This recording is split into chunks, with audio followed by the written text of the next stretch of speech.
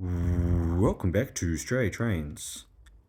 Railway sidings are very important here in Melbourne. Before entering service for the day, trains are prepped up at sidings, and then after running for the day, trains will return to the sidings. Not to mention other important reasons, such as sidings have the ability for trains to be cleaned, and of course, a lot of maintenance takes place at sidings.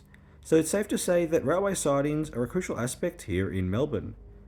In this new series, we're going to take a look at every single sidings across Melbourne's metro railways. Starting off here in part 1 with the Caulfield Group, which consists of the Pakenham, Cranbourne, Frankston and Sandringham lines. Hope you enjoy the video. We will start off on the Frankston Line with the siding closest to the city, which is Mordialloc. Mordialloc Sidings is located on the down end of Mordialloc Station between Mordialloc and Aspendale. This siding typically sees Common, Siemens and Extrapolis 100 trains stable and has 4 different roads. As a theme throughout this series, the numbering in sidings is sometimes a little bit counterintuitive and not as straightforward as you might think, and Mordialloc is a great example of that. There is 4 sidings as mentioned at Mordialloc, yet the numbering is 3, 4, 5 and 6. Presumably roads 1 and 2 is the main line, the up and the down track, but you can't really stable trains there, so it is a bit interesting that the road numbers at Mordialloc start at 3 as opposed to 1. With the ongoing level crossing removal projects in 2025 here in the Mordialloc area, things are going to look very different very soon. In fact, they already have started with some of the preliminary works. However, the sidings will remain on ground level and will not be affected by the level crossing removal project. One cool thing that I do like about Mordialloc sidings is when trains are shunting there, they kind of do like a teacup or a U kind of move. From platform 2, because of the current track formation, they move a little bit to the right to go in line with track 1A, the centre track, and then go back left off the main line into the sidings. So sort of at about now, you've got the back part of the train moving to the right, the centre part sort of moving straight ahead, and then right now the front moving back to the left. Maybe I'm just going a little bit crazy as a rail enthusiast, but I don't know, something a little bit interesting. Next up, we take a look at what originally was a relatively medium-sized sidings to now one of the biggest sidings, not only the biggest on the Frankston Line, but on the entire metro network. Cannonook Sidings is located on the Frankston Line between Seaford and Cannonook stations, and currently Common, Siemens and Extrapolis 100 trains stable there. However, at the time of filming, Cannonook was being expanded. This is all for the future, where we will eventually see Extrapolis 2 trains running on the Frankston Line, and therefore stabled at Cannonook. Part of the purpose for the overhaul is to build not only new sidings, but also a wash road, so trains can be washed at Cannonook, and maintenance facility for the Extrapolis 2.0 trains.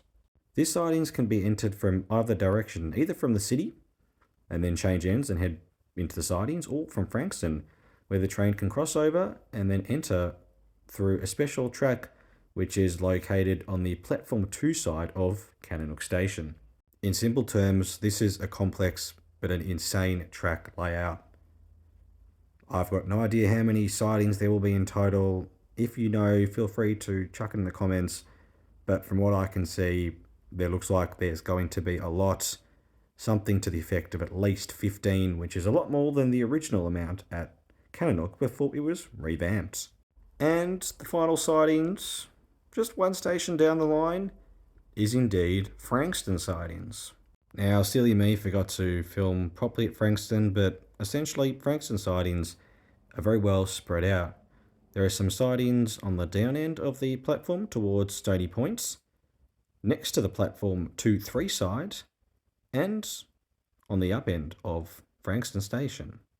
Moving on to the Dandenong lines, the sidings closest to the city is Westall, located in Clayton South between Westall and Springvale stations. Westall used to be a mini Commenge maintenance facility, as observed by the workshop sheds still there. However, since HMT is now fully running on the Pakenham Cranbourne lines, this is no longer the case.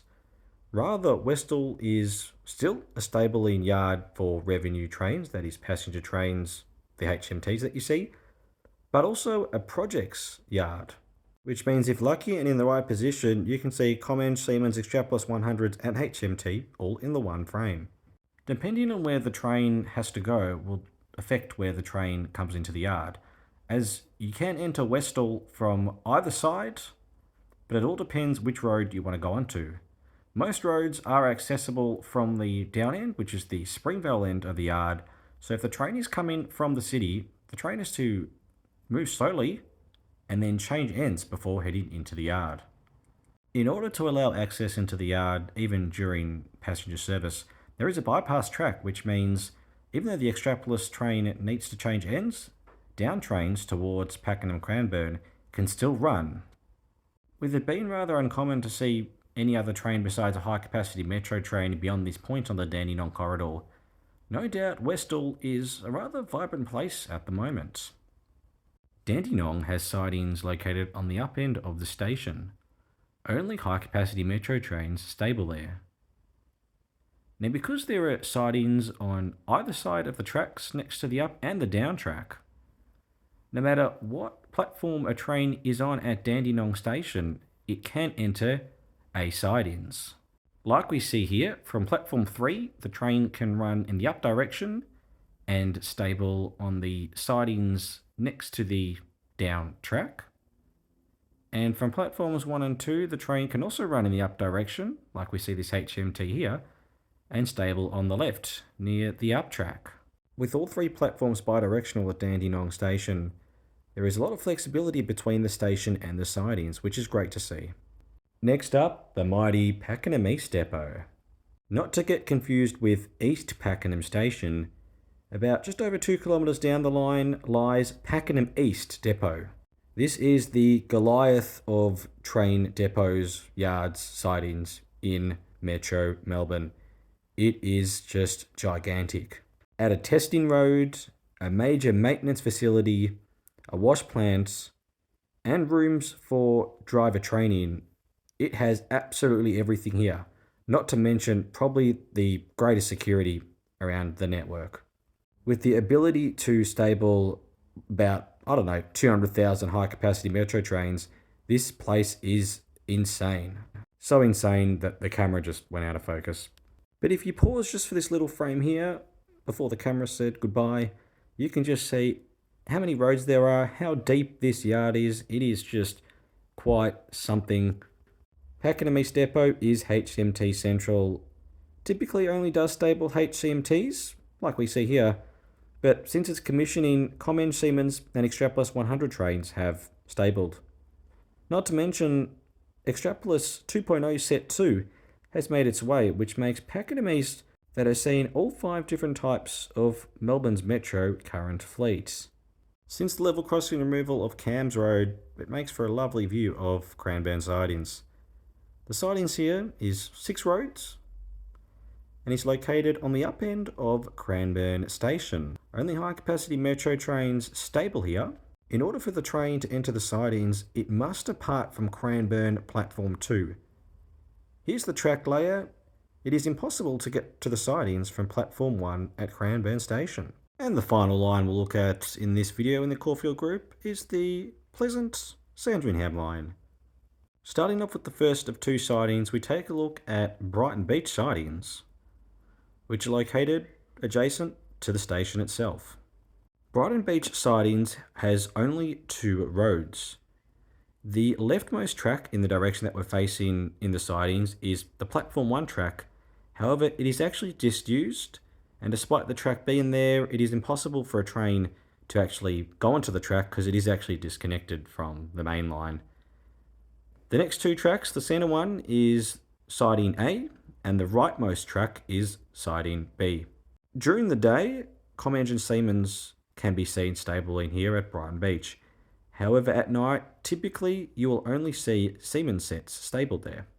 Exiting the yard at Brighton Beach is pretty simple. Train just docks up and leaves. However, entering the yard, the train must run to Sandringham and then run empty to Brighton Beach, where the train driver will switch ends on the up end of Brighton Beach and then run in the down direction into the sidings. Moreover, the signal box near South Road is required for trains to shunt into the yard. Note also to leave the yard. However, safe working on the Sandringham line I think we'll leave for another video. And finally, Sandringham sidings, where typically Comenge and Seaman stable in the platform road and then roads 2 to 4, meaning a total of up to 4 trains can simultaneously stable at Sandringham. Like Brighton Beach, a signal box is required for shunting, which means to get a train into any other track but the platform road, a signal box must be used. And how about this on a different day? There is 4 3-car trains just sitting in the yard at Sandringham, all waiting to be recoupled. If you'd like to take a look at sidings on a different group of lines, feel free to let me know in the comments below.